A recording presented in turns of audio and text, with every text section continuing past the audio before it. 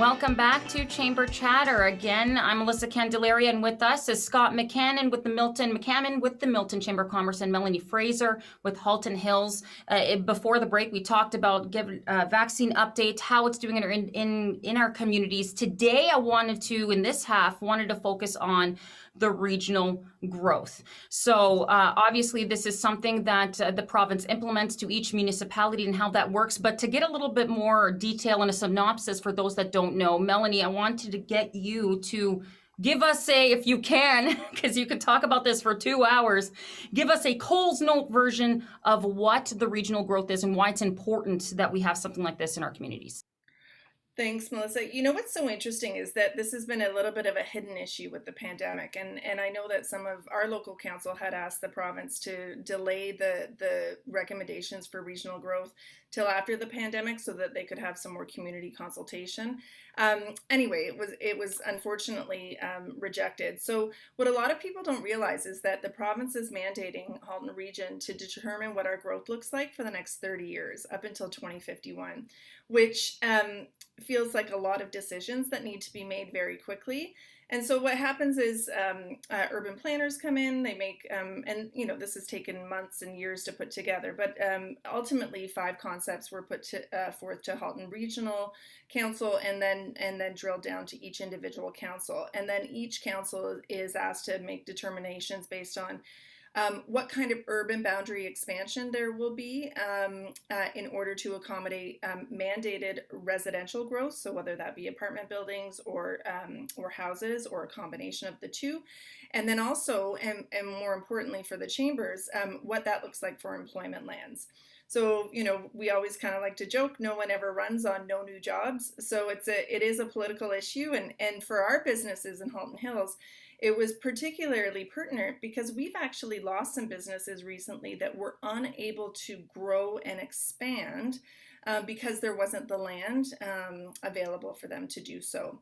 So in Halton Hills, council debated, I think they had a 10-hour meeting. I was at the top of it, so that was fun for them, but great to see that they spent a lot of time with it. So, and all kinds of things are wrapped up into it. It's employment lands, it's what kind of parks do you need, what kind of community center accommodation do you need, you know, the hospital needs to be expanded. So those are all decisions that are now being made at each individual council for the next 30 years. So it's fascinating to look at.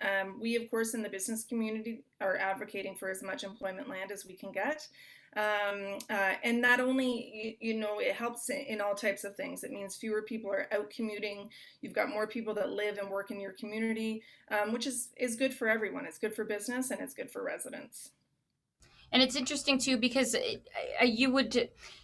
some may not think that they kind of go hand in hand. Now, in Milton, obviously, Milton is, I think it was deemed like the second largest growing community right across the country.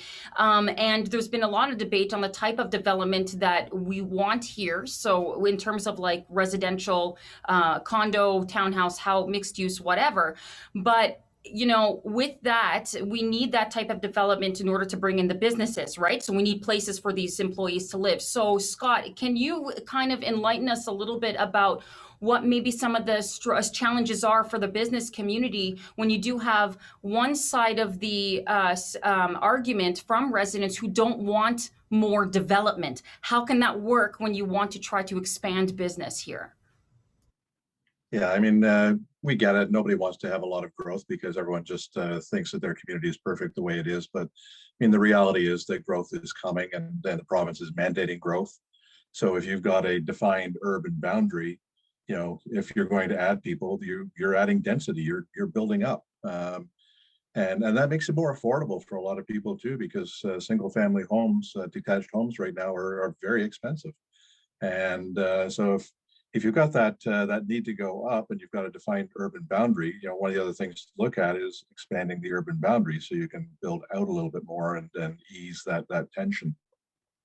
But again, you want to have a nice mix between urban and rural because that's, you know, part of why people move to this area, to get that sense of place and the natural environment. So, you know, as Melanie said, there's a huge number of factors that play into this. From a business perspective, you know, we know there has to be a critical mass of jobs, as Melanie talked about. We want people to be able to live, work, and play in the community, so that they don't necessarily have to commute, and they can reduce their environmental footprint.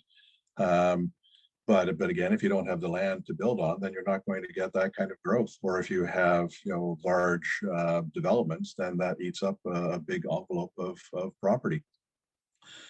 What people don't understand too is, from a property tax perspective, businesses are more than willing to pay their fair share of tax, but a municipality also looks at the ratio between residential and non-residential, because the more non-residential tax you have, in some ways the better it is, because the businesses don't demand the same level of service as the residential community.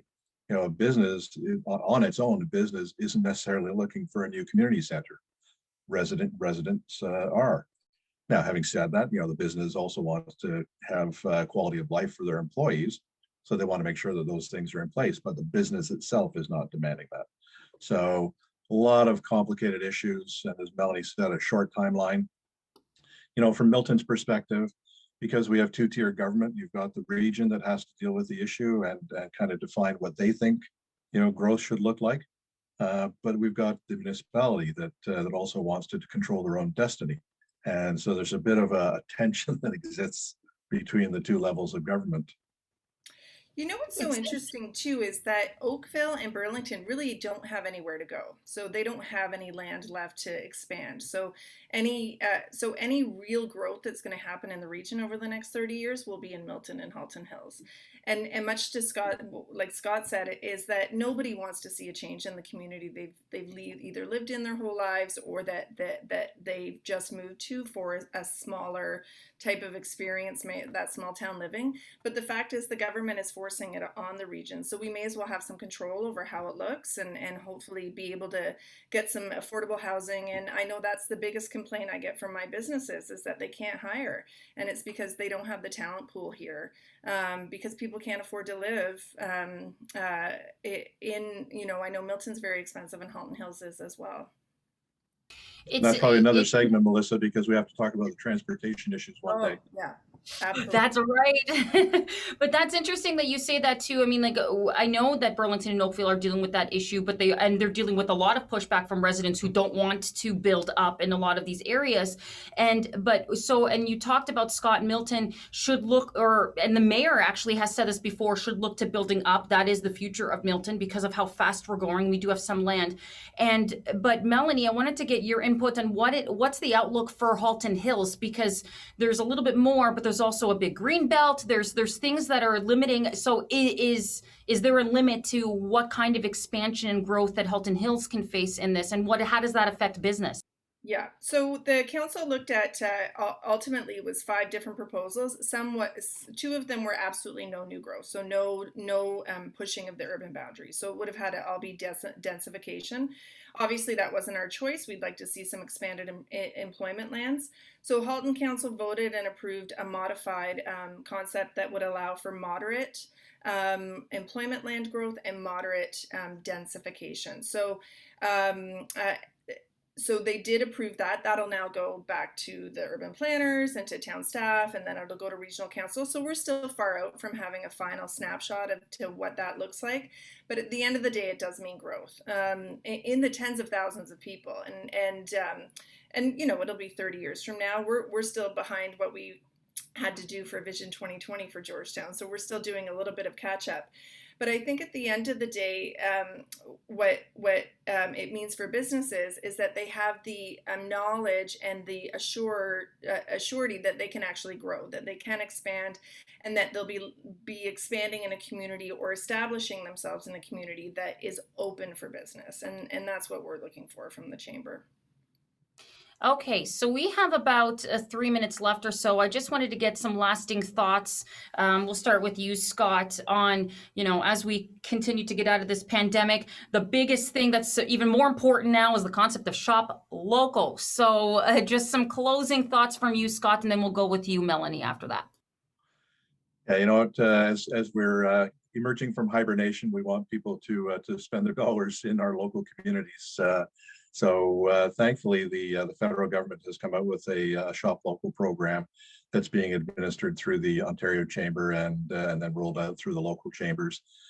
In Milton, we've applied for funding to partner with the town and the downtown BIA to have a marketing campaign to focus on shop local, but also to look at some special events that we can do to try to make it a little bit of fun as well.